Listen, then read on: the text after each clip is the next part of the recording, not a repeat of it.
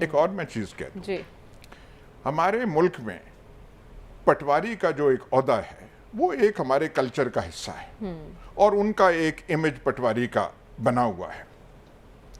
کوئی نہیں کہہ سکتا تھا کہ پٹواری صاحبان وہ بھی بدنام ہو سکتے ہیں، اور جب سے ان کا لیبل لگا ہے وہ پٹواری بدنام ہو گئے ہیں. ٹھیک ہے.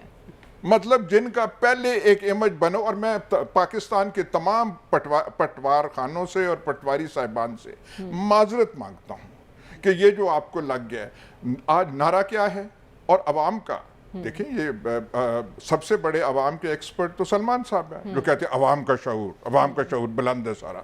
تو عوام نے نام دے دیا او پٹواریوں، اور یہ جو بلاتے ہیں پتہ نہیں کیا، ہم پنجابی بھی کہتے ہیں پتہ نہیں کیا پٹواریوں کی باجی فلانا، یہ کس کی طرف اشارہ ہے؟ کیا ایسی اب کیوں باتیں کرتے ہیں جو ایسے یہاں پہ ہوتی ہیں؟